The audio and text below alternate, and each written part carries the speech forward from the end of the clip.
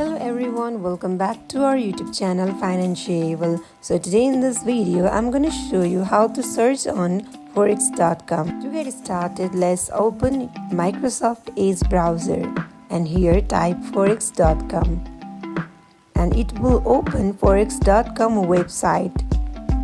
Here you can see many options.